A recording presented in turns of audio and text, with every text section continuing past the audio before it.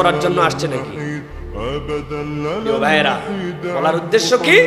একদল লোকের মধ্যে থাকতে হবে যে সতের পক্ষে কথা বলবে, ন্যায়ের পক্ষে কথা বলবে। আমার এই কথাও কিন্তু অনেকের গায়ে লাগবে, মনে হয় সরকারের বিপক্ষে বলতেছে। ভাই, সরকারের বিপক্ষে বা বিপক্ষে নয়, বিগত 15 বছর হকের পক্ষে, অন্যায়ের বিপক্ষে আমরা কথা বলছি, ঠিক কিনা? এখন তো বলার লোক নাই, এখন ধরে কে? এখন যে ধরবে সেই ঝামেলায় পড়বে। যেই সময় ধরার লোক ছিল ওই সময় আমরা হকের পক্ষে কথা বলেছি, এটা নতুন কোনো কথা নয়। আপনারা সাক্ষী আছেন না প্রিয় ভাইয়েরা? আল্লাহ রাব্বুল আমিন আমাদেরকে বোঝার তৌফিক দান করুন।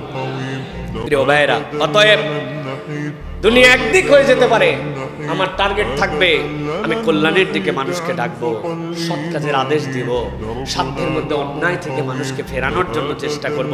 অন্যায় দেখলাম, চিন্তা করলাম আমার সাথে তো হচ্ছে না, আমার এলাকার সাথে তো হচ্ছে না, আমার পরিবারের সাথে তো হচ্ছে না, আমি তো সরাসরি আর ভিকটিম নই, হলেই কেন না হলেই কি। এটা যদি আমার মন মানসিকতা হয়, আপনি বিভিন্ন দলে নিজেকে যুক্ত করে নিতে পারবেন, কিন্তু আল্লাহর দেওয়া উলাইকা হুমুল মুফলিহুন, সফল কামদের তালিকার মধ্যে নিজের নাম দেখা যাবে না। অতএব সফল কামের তালিকার মধ্যে দেখতে হলে নিজের খায় বনের মোষ মাঝে মাঝে তাড়ানো লাগবে, ঠিক কিনা?